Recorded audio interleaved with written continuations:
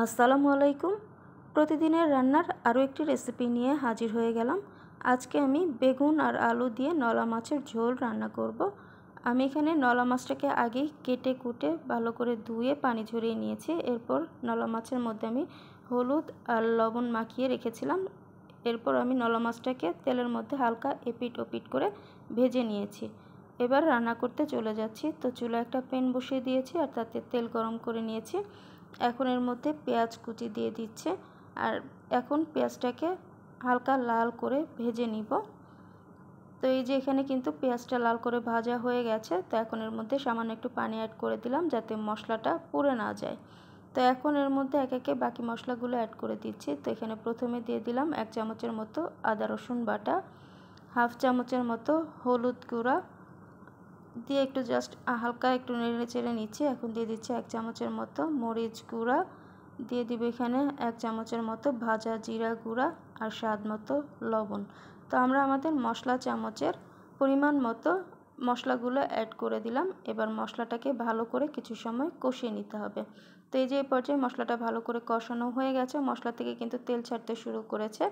এখন এর মধ্যে বেগুন আর আলুটাকে দিয়ে দিলাম।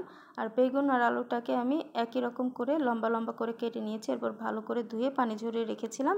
তো এবার সেই বেগুন আর আলুটা দিয়ে দিচ্ছি। দিয়ে এবার এই বেগুন আর আলুটাকে আমি মশলাটার সাথে কিছু সময় কষিয়ে নিব। তো এই যে বেগুন আর আলুটাকে মশলাটার সাথে ভালো করে নেড়েচেড়ে মিশিয়ে নিলাম। তো এবার এটাকে ঢাকনা দিয়ে ঢেকে রেখে দিব কিছু সময়ের জন্য।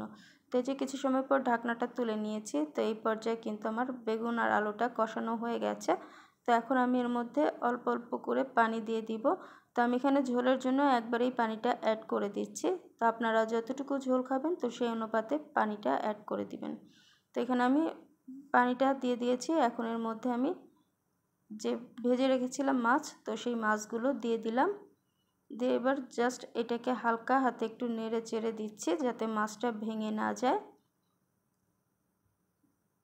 তো এখন আমি এটা বলক আসা পর্যন্ত অপেক্ষা করব। তো এই পর্যায়ে আমি মাছটাকে ঢেকে রেখে দিব কিছু সময়ের জন্য। এই যে কিছু সময় পর ঢাকনাটা তুলে নিয়েছি। তো যে পর্যায়ে কিন্তু ঝোলটাতে বলক চলে এসেছে আর ঝোলটা কিন্তু বেশ খানিকটা শুকিয়ে এসেছে। তো এখন এর মধ্যে আমি কাঁচামরিচ দিয়ে দিলাম। আর কাঁচামরিচটা আপনারা যতটুকু ঝাল খাবেন তো সেই অনুপাতে অ্যাড করবেন। এরপর এখানে দিয়ে দিলাম ধনেপাতা কুচি, দিয়ে এবার এটাকে জাস্ট হালকা হাতে একটু নেড়ে চেড়ে মিশিয়ে নিচ্ছে। তো এবার এই ঝোলটাকে আমি আরও একটু শুকিয়ে নিব। যেহেতু এটা একটু ঝোল ঝোল করব, তো এই জন্য এটাকে আরেকটু শুকিয়ে আমি চুলাটা অফ করে দিব। তো এই যে এই পর্যায়ে আমার রান্নাটা হয়ে গেছে আর ঝোলটাও কিন্তু বেশ খানিকটা শুকিয়ে এসেছে। আমি এর থেকে আর ঝোলটা বেশি শুকাবো না। তো এই পর্যায়ে আমি চুলাটা অফ করে দিচ্ছি। তো তৈরি হয়ে গেছে বেগুন আর আলু দিয়ে নলা মাছের ঝোল। তো ভীষণ মজার এই রেসিপিটি আমরা যেভাবে রান্না করি আজকে সেই রেসিপিটি আপনাদের সাথে শেয়ার করলাম। আশা করছি আমার আজকের এই রেসিপিটি আপনাদের ভালো লেগেছে। যদি ভালো লাগে তাহলে অবশ্যই আপনার ফ্রেন্ডস অ্যান্ড ফ্যামিলির সাথে শেয়ার করবেন। তাহলে আজকে এই পর্যন্তই। সবাই ভালো থাকবেন। আল্লাহ হাফেজ সবাইকে।